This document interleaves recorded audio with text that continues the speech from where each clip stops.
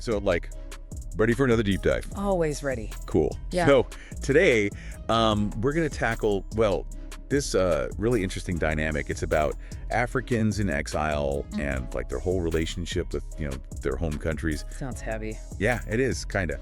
We're basing this this whole dive on this opinion piece we found. It's called The Tragedy of Exile, When Africans Turn Against Their Own Nations.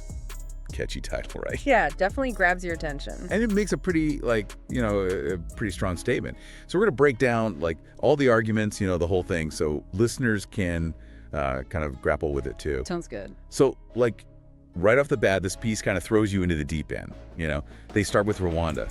Think about it. This nation, they're rebuilding after, a horrific genocide, making some serious progress in infrastructure, healthcare, even the economy. Right. It's a comeback story in a way. Totally.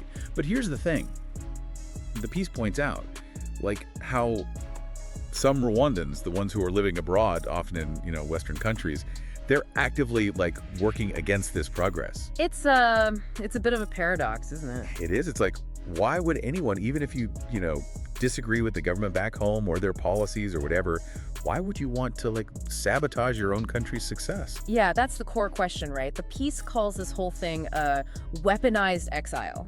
It's they're using their position, being abroad to spread all these negative stories, even misinformation about their home country. Right, so it's more than just expressing discontent, right? It's deliberate, trying to undermine the whole country on a global level. Exactly. We're talking lobbying for sanctions, spreading rumors, painting this picture of total poverty and oppression, all to discredit whatever progress is actually happening. So what's the point? What's the motivation behind all this? Is it just purely political? Well, the piece digs into that, and it suggests that it's often pretty personal too.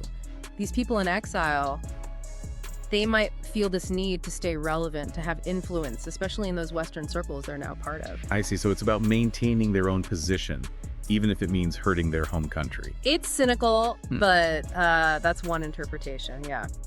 The piece argues that these individuals, they're playing into existing biases about Africa, the whole idea that the continent is just chaos and can't progress.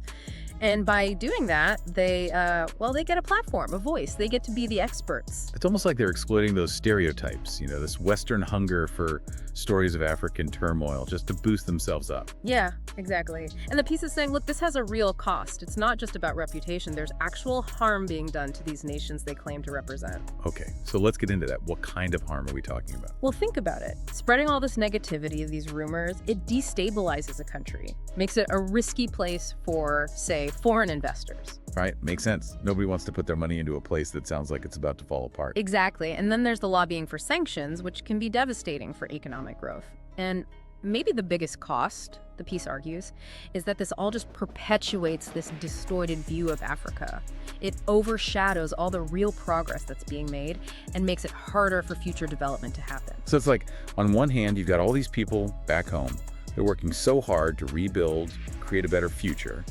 And then there's this other group living abroad, often pretty comfortably, actively trying to tear it all down. It's a sharp contrast. The piece calls this a kind of perversion of patriotism. Perversion of patriotism. Okay, I've never heard it put that way. It's a strong term for sure, but the piece is arguing that real patriotism, true patriotism, is about contributing to your nation's growth, even if you're far away. It's about acknowledging both the good and the bad, the progress and the mistakes, but not getting stuck in these divisive narratives that just cause harm. It's a really, really complex question, right? What does patriotism even mean when you're in exile? Is there space for disagreement, for criticizing things without, resorting to these tactics that end up hurting your own people?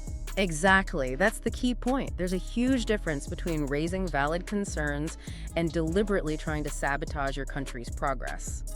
And, the opinion piece leaves us with this very thought-provoking question.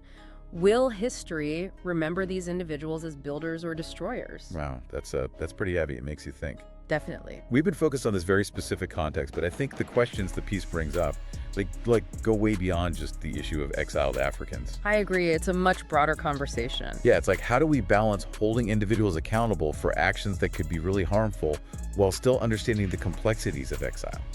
It's a question that touches on international relations, on how the media portrays entire continents, and ultimately on the future of like how the world is connected. You put it perfectly. This deep dive, it's really encouraging us to think critically about all the information we're bombarded with every day, the motivations of the people who are presenting it, and the very real impact those narratives have, especially in a world that's dealing with globalization and shifting power dynamics. It's a lot to unpack for sure. It is. So for our listeners out there, as you go about your day, think about this. What does patriotism mean to you? And can it exist alongside criticism?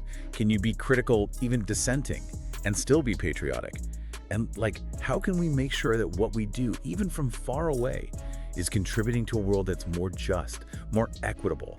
You know, that we're building things up, not tearing them down. Great questions to ponder. Thanks for joining us for another deep dive. Until next time, keep questioning, keep exploring, and keep diving deep. See you next time.